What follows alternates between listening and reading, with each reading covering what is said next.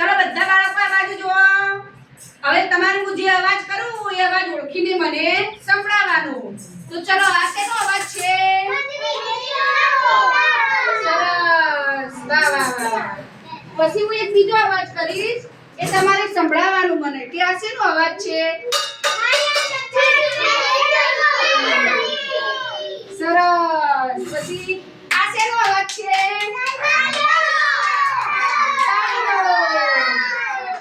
પછી ધ્યાનથી સાંભળો, હું બીજું વગાડું છું.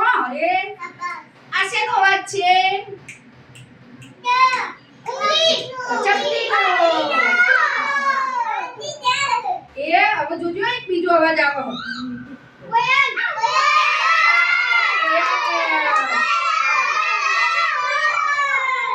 વાહ વાહ સરસ.